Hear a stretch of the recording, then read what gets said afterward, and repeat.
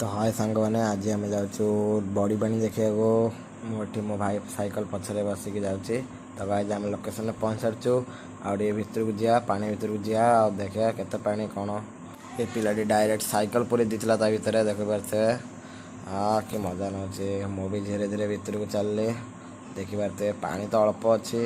कि आगू आगू जावा तो बहुत पानी देखा कारण पुणी साइकिल पूरे देला पिलाटे गाइज मुझे मो मामू घरे एठी लगातार 5 दिन है वर्षा हो चली